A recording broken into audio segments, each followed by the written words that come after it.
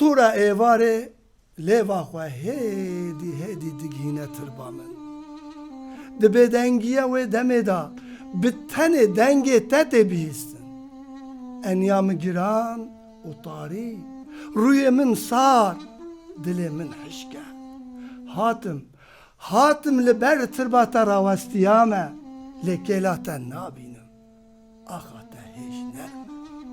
Tirba te ne bi nav kiriye, bê rewş e. Navê te bi herfê xwîndar û ruhun li ser rêya pîran, Xarpit û Diyarbekirê nivîsandiye. Navê te li ser pola û hesin, li ser farş, li ser dilê camêran, diçirise, dipirise.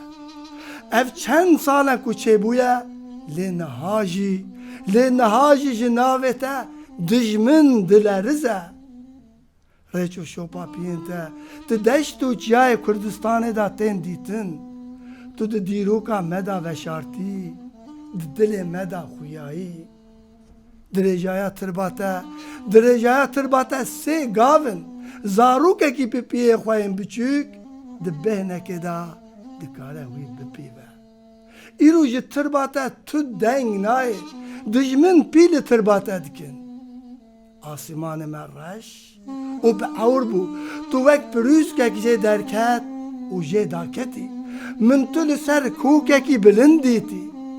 Di ber lingê te geh ava Dicleya bikêf, geh ava Firatê. Bi xwîn diherikîn. Niha jî ez te bi çavê dilê xwe dibînim. Rûy û enya te zerin, çavê te girêdayî ne. Singê te birîndar e, te xwe dirêj kiriye, lê tu nalêvî. Tirêjên rojê nagihên te, lê gora te netariye. Barana çilwê li ser tirba te dibare, dar û kulîl ji bo te digirîn.